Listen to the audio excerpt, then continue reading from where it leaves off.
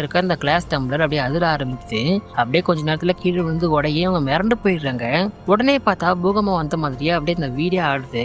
என்னடா ஆச்சு அப்படின்னு பார்த்தா இதுக்கெல்லாம் காரணம் அந்த மந்திரவாதி தான். பாதுகாவலர் இல்லைன்றதுனால அவன் இஷ்டத்துக்கு ஆடிட்டு இருக்கான். இவனோட ஆசையை இந்த ஊரை இவனோட கண்ட்ரோல்ல கொண்டு வரதுதான். ஆனா அதுல சிக்கல் என்ன இருக்கு அப்படின்னு பார்த்தேன். அந்த பாதுகாவலர் தாத்தா இருந்தார்ல, அவருக்கு அப்புறம் அவர் இடத்துக்கு வர்றதுக்கு அடுத்த ஆளுக்கு ட்ரைனிங் கொடுத்து வச்சிருக்காரு போல.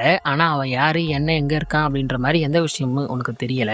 சோ அதை தெரிஞ்சுக்கிட்டு எப்படியாவது அவனை கொண்டுட்டான். இனிமே நமக்கு எந்த பிரச்சனையும் இல்லை அப்படின்ற மாதிரி அவன் பிளான் பண்றான்.